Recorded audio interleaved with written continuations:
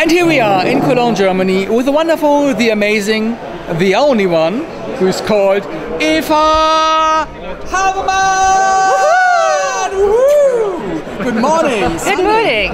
Okay, we are here at FILMBÖRSE Cologne. Yes, we are. And you are one of our guests, and one of the shows I'm really impressed of, because as I was a younger man, is LEXX, the dark zone. Yeah. Look at these beautiful girls. It's Eva Habermann, with I think the first international production of you, yeah? Yes, I was 19 back then, and I turned 20. Wow. Yeah. So how was it? Or how did you get the opportunity to play in LEXX? Oh, it was an Canadian-German co-production, and they casted about 2,000 actors here in Germany. They actually also casted like guys for the male part of Kai, so because they didn't know yet. And I was, in a way, they didn't find anybody, and I was invited last minute because it was very hard for them to find out my phone number, because I had just left my agent and they called her and she actually said to them, no, she doesn't act anymore. What? So it was really by pure chance that I still got invited, and I went there. It was in Hamburg, Hotel Hafen Hamburg, and I walked in there and the casting director said to me, right away, I didn't say anything, it's you. You are Zeph. I was just like, okay. Well, and then he still had me acting. The scene actually was the shower scene where I say Stanley, blah, blah, blah. And, he immediately said, you've got the part. And then I went home and I rang the doorbell, and my mother opened the door, and I just burst out in tears because I was so overwhelmed by that, because that's very unusual, well, even for me. And she said, oh, Eva, I'm so sorry, next time. I said, no, they wanted me for this character. And so I was really like thrilled by it, and it was so exciting. And the first thing that happened when I went over to Canada, I met Paul Donovan, the producer, and he said to me, well, we have to color your hair blue. I hope you don't mind. I said, okay. So they really bleached my hair. It was like a mess afterwards. And they put like, it was like food color they put in there, because back then they didn't have blue hair. Like, they didn't have any coloring for hair. Amazing. And also they didn't have any blue nail polish. So we had to do that all ourselves, or the makeup artist did. Okay, and it's also very sexy, because I think you were one of the hotshots of the science fiction television shows back in the 90s, because this is some kind of a little iconic character, you know? Yes, and also it was apparently the first naked appearance, like a shower scene, so that was kind of new. Yeah. And everything was like, looked really organic, and like everything looked a bit sexual, I think. Okay, so did you remember maybe any funny moment from the set? Something weird happened, something go wrong, that shouldn't go wrong, or... Oh my god, when I shot the scene with Rutger Hauer, it was like 8 o'clock in the morning. We had started at 5 in makeup. I was like really tired. And he's into improvisation. He does something different each time. And so there's this famous scene between me and him where I tried to get myself out of the difficult situation. He said, okay, lick my nose. I said, pardon me? Lick my nose. And I said, okay, why not? So I so that was kind of weird for me, like, but I'm actually probably one of the few people who can say I lick Rutger Hauer's nose. Okay. That was really fun. How was it? Licking his nose. Well, that morning he had some fried eggs, so he smelled like fried eggs out of his nose. But never mind, I was so excited, so I didn't realize it. Amazing. And you started very young in acting in Germany. Yes. I think it was Immenhof. Immenhof, I was 17 back then, and I got my first job to a casting call in the newspaper. Okay, cool. Yeah, this is how I got into it. And also it was like fantastic for me because I'm a passionate rider, and so actually like I could get to ride all day. It was perfect. So how much does horse riding mean to you? Huh? How much does horse riding mean to you? Oh, Well, I really was in the stables taking care of a special horse between 12 and 16 every single day.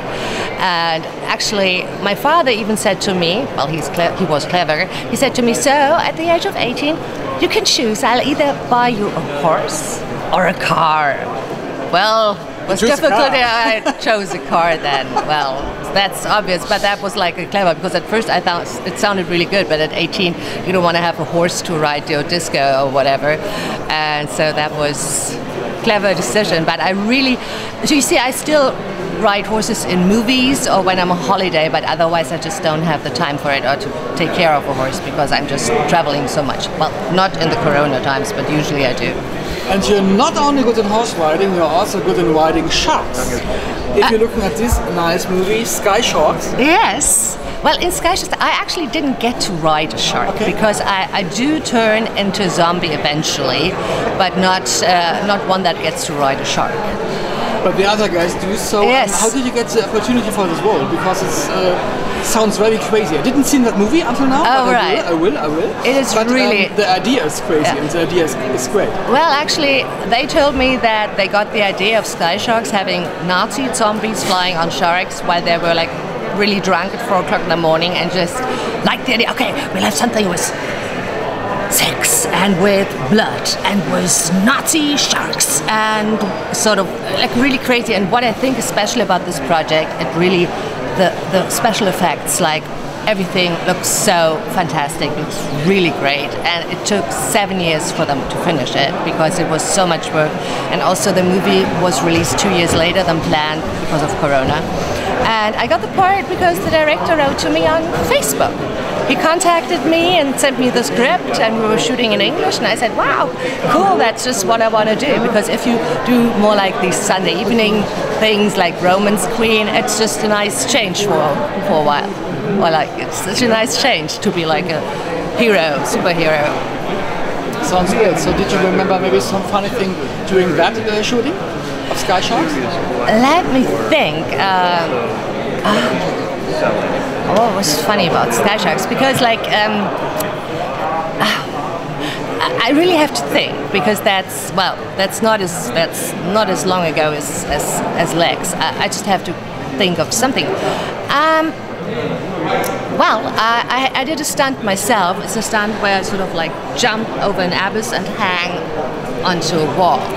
And well, it was shot in front of green screen, and we shot that at 4 o'clock in the morning, so I was already pretty tired.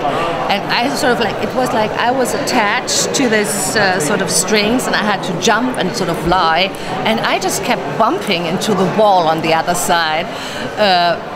It didn't, well, nothing happened because it was soft, but I just kept jumping, wonk, like over and over again, but I was fine. Okay, sounds great. And this is your new movie, and I think you produced that. Yes, I produced. Well, I can walk around here. So, I produced with my company, with Phantom Film, Trolls World. This is our first movie, really crazy, a horror comedy with a lot of German actors in it, with Desiree Nicken, Kati Karrenbauer, Ralph Bauer, and that was really one-of-a-kind experience, because when we were shooting this, I actually had the feeling, I think we're being conned here. We're not shooting a movie, they're shooting us, the crew, trying to shoot a movie. Because it was like that. If you watch the making of, that's when you understand this movie. It was just like very improvised and very crazy. So, and CYST is the second movie we did. CYST, actually it's George Hardy's fault, the guy from Troll 2, that it actually happened, because he had a cameo in Trolls World, because Trolls World was like an homage to Troll 2. And so George Hardy afterwards stayed my friend, and I also visited him, and he said, we have to do a movie together, you have to shoot in America with me.